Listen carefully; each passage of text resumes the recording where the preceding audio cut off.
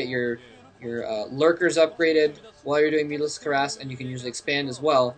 And that is actually one of the reasons why Flash has been so freaking devastating against Zerg players, though, is because he knows.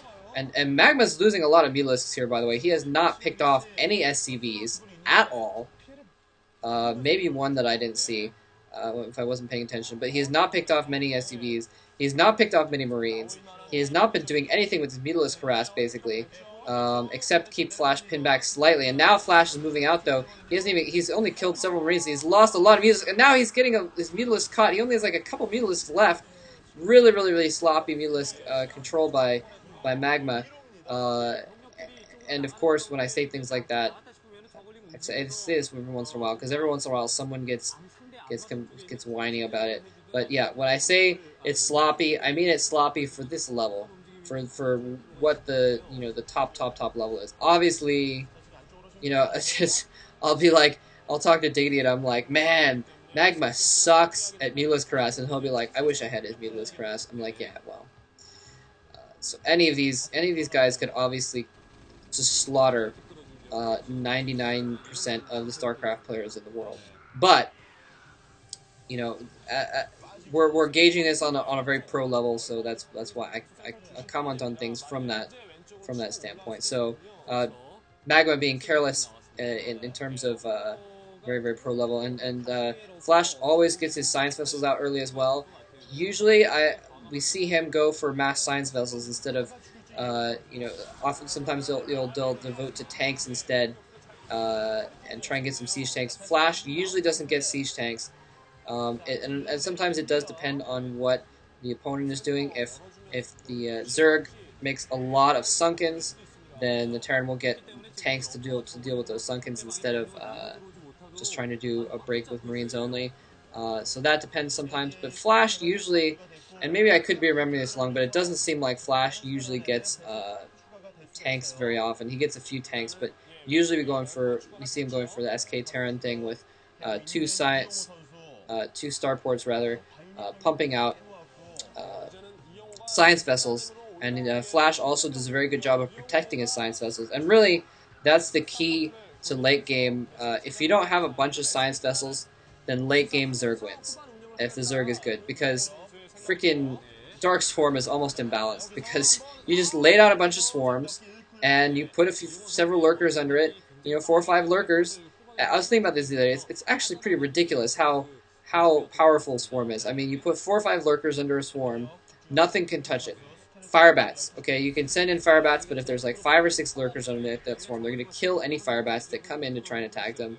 The only way that you can deal with those lurkers is with irradiate, basically, with mass irradiate. And we're talking late game, Terran versus Zerg. So, yeah, so that I think that's probably why we see Flash go for that sort of thing, because it is kind of the more superior long-term strategy, and as I was mentioning, Flash is a very long-term player. maGma getting a lot of expansions, though. Basically, this map is divided diagonally from the 2 spawn points, and the top right player generally has control of the bottom right side of the map, and the bottom left player generally has control of the top left half of the map. And maGma has taken all the expansion on his side of the map, basically. I'll be interested to see if he actually goes for the 6 o'clock position, which is kind of in Flash's territory now. Obviously, there's a buttload of medic marines here and science vessels, and holding that long central ramp in the middle, and Flash just going in and just sniping, sniping those lurkers. And maGma's just sitting back here. I think he needs to. Well, hopefully, he's probably just teching up right now and getting his expansions running and things like that. But I was thinking, oh, Flash not doing a good job of protecting that one science vessel. He was probably concentrating on another part of the map at that point in time. There goes the swarm. Flash falling back away from the swarm. There's a lot of lings there. I didn't even realize he had that many lings around. So Flash is getting pushed back from that ramp a little bit, and that's swarm for you right there. And then obviously Flash is, oh, those Marines are trapped. They are hosed. They are gone. And wow, somehow Flash, maGma didn't quite surround those Marines there. There we go. What are you doing, Flash? Come on, irradiate the Defiler. What is he? I think he missed. He irradiated a Zergling instead of the Defiler. So Flash missing with his irradiate. But he's got a lot of medic marines here. He does have 4 bases running right now, and that's in lots and lots of barracks. So he's gonna be able to put out a lot of marines very quickly there, using not too many medics, just going mostly for marines there, uh, and using all of his gas for science vessels. But yeah, little Flash usually would not have let that happen to his science vessels. Usually he's on top of that a little bit more. But I mean, that's the thing about these games at a pro level is, wow, he's got 5 science vessels now. Oh, watch out there! It looks like he's almost trying to bait those scourges in so he can kill them off with the marines. But yeah, at this level, uh, basically, I mean, they it's amazing that they can actually concentrate on these battles and macro at the same time, and you can't blame them. You honestly cannot blame them for missing a little bit of, whoa, so that was several marines there, but he got most of his forces out of the way. But you can't blame them for missing. Oh, watch out! Oh, he might have plague. Oh no, I just sling down a swarm. That defiler was going in there like it had was going to try and plague those vessels or something like that. Um, that's actually something that we've seen a lot more lately too, is people attacking to plague very a lot quicker than in the past. Again, maybe I could be wrong. Maybe I'm just not thinking. Maybe I just haven't seen the right games. But it seems to me like that's been happening more often as people using plague instead of just swarm. And usually plague you see later after the swarm has already been out for 10 minutes. But oh, there's see, there you go. There's some plague right there. But yeah, Zerg's players have been getting plague a lot quicker more recently. So plague going down on those science vessels, and so they're going to be a little bit vulnerable. Now, if maGma is smart, what he's going to do is he'll run in some lings and then run in like a couple of mutalisks and pick off the science vessels that have been plagued, because they're going to be at like a few hit points. So it'll only take basically 1 hit from a mutalisk to pick off each one. Oh, Flash looks like he's going to be able to save this command center just barely, although it's not quite complete yet. So he's going to have to decide if he wants to cancel it and start over, or if he wants to bring in... wow. So factory's coming up now. You know what? He probably comsatted the Ultralisk Cavern that we saw going down earlier. Usually that's, again, what you kind of see is Terran players use more mech once the Ultralisks come out, because you kind of need the mech to go up against Ultralisks. You need the tanks to really do the heavy damage. Medic Marines, if they're highly upgraded and the Ultralisks are not highly upgraded, the Medic Marines can fare well against Ultralisks, especially if the Terran player is on his toes enough to actually run in there and irradiate the Ultralisks before the battle.